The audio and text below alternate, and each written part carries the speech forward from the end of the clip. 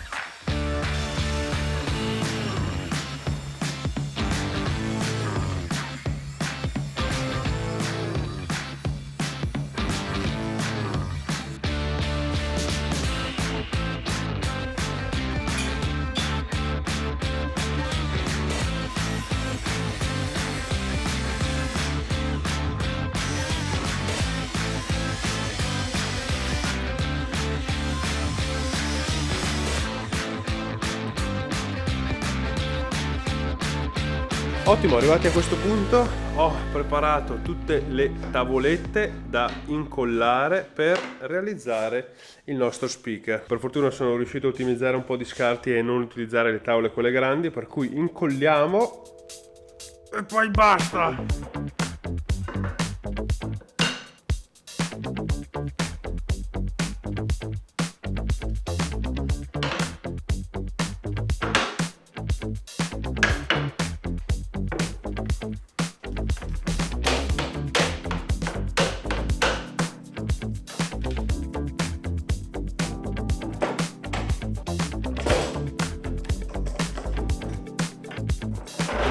Ok, dopo aver rincollato il secondo frontalino che mi si era tutto crepato, ho aperto il Vicromat che andremo a utilizzare per fare questi lavori. Ora con il mio bel pannellone nero cominciamo a fare i primi pezzi.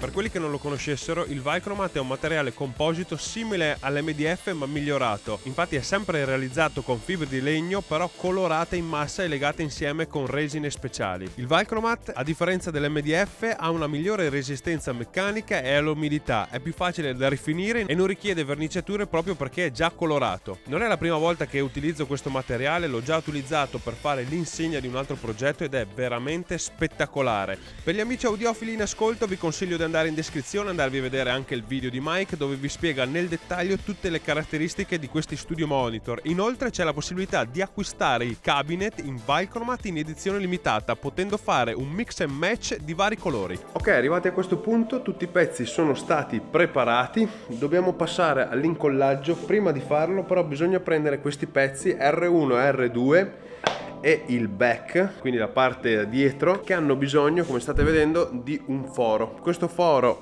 lo faremo alla CNC per essere precisi e ripetere la precisione nei tagli, per cui mi sono preparato tutti i file, ho preparato la CNC già in posizione, battutina di riscontro sempre uguale, si mette il pezzo, si blocca, fresa e ogni pannello parte sempre da questo frame che ho fatto, da questa battuta che ho realizzato.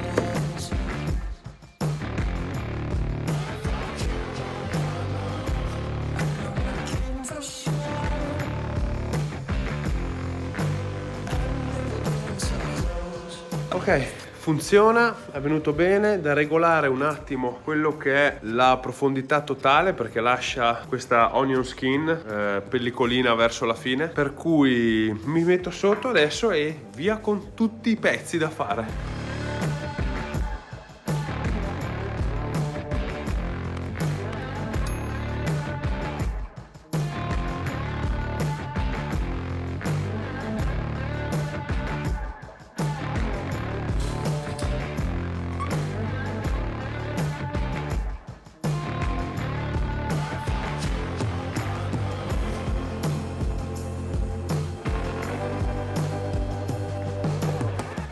Ok, tutti i pezzi sono stati preparati finora, incollati, tolto il residuo di colla come avete visto. Ora ho già provato a fare un test fit, diciamo, di incollaggio per vedere le dimensioni e quant'altro, giusto tenuto con lo scotch. L'obiettivo che ho oggi è quello appunto di arrivare con tutti i fianchi top e bottom incollati. Poi per il retro lo faremo in un secondo momento, però stamattina incolliamo questi pezzi, pomeriggio incolliamo front che dobbiamo fresare prima e poi incolliamo tutto, così magari entro domani o domani sono pronte.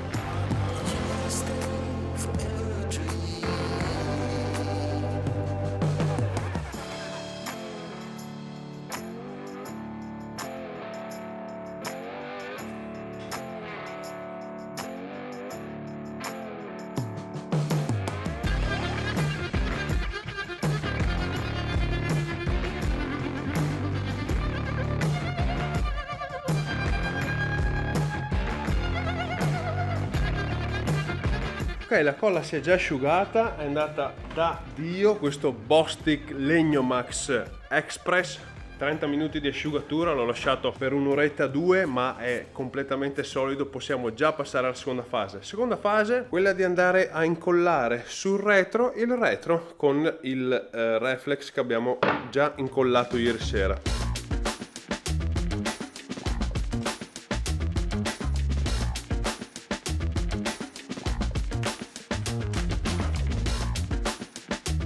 Ok, ne mancano solo 8. Finché là in fondo asciuga tutto, perché poi ho anche finito i morsetti, raga. Qualche aziendina che fa morsetti magari, Prossimo passaggio alla CNC. Quello che dobbiamo andare a fare è replicare, ovvero queste lavorazioni: un foro centrale, una tasca, una rientranza del genere, una svasatura a 45 gradi. Ora ho fatto varie prove con varie frese, ho trovato e comprato anche le fresette nuove, tra cui questa bella fresettina a 45 gradi. Mettiamo tutti i pezzi e poi finalmente incolliamo anche le altre.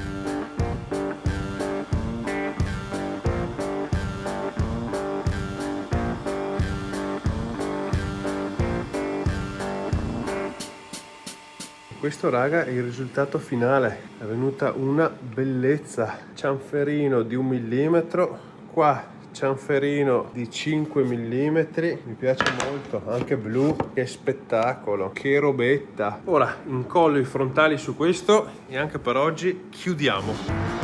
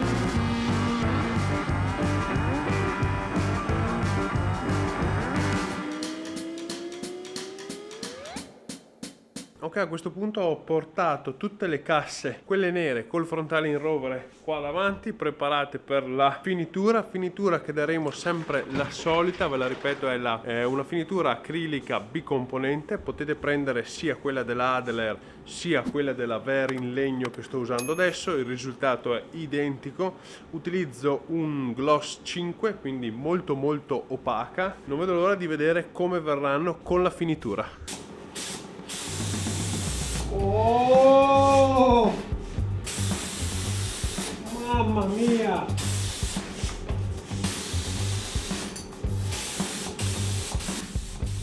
Vacca boia!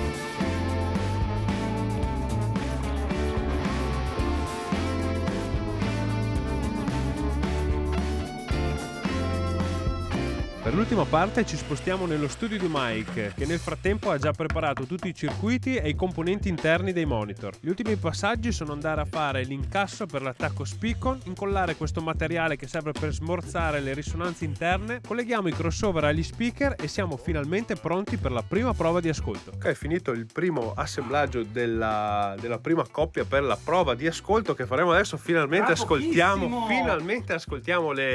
questi monitor. Ne abbiamo fatta per ora una blu e poi una delle mie, queste qua col frontalino in rovere. Che spettacolino, settappino magico. Mike, Madonna, sei pronto per testarle finalmente queste? tu sei pronto per testarle, perché io una ce l'avevo e l'ho progettata, tu invece non sai ancora nulla. Io non so minimamente niente di come di cosa aspettarmi da questo. Fai conto che siamo in una stanza molto trattata acusticamente, quindi qua devi alzarli un po' di più i volumi. Vado? Sei pronto? Vai! Purtroppo per questioni di copyright non posso farvi sentire le canzoni che abbiamo ascoltato, ma la mia reazione al primo ascolto è stata questa. Ascoltarle in una stanza trattata come quella di Mike ti fa capire bene come si dovrebbe ascoltare la musica. Ad un certo punto mi è addirittura venuta la pelle d'oca. Comunque questo video non è fatto per spiegare al meglio queste casse. Qua sotto in descrizione trovate il canale di Mike con tutta la sua spiegazione per filo e per segno per tutti gli audiofili all'ascolto che vogliono capire esattamente le caratteristiche di questi studio monitor. Come sapete Mike progetta e vende gli speaker in kit. Per questa nostra collaborazione abbiamo deciso di fare un'edizione limitata di 29 pezzi esclusivamente fatti in Valchromat, divisi su 6 colori, in modo che possiate prendere un cabinet già fatto, assemblato e terminato. Qua sotto in descrizione e sotto il suo video trovate tutte le indicazioni per poterlo acquistare. Detto questo io vi ringrazio, ho appena finito proprio di montare nella mia nuova postazione con questo studio monitor e vi devo dire che è tutta un'altra questione. Alla prossima!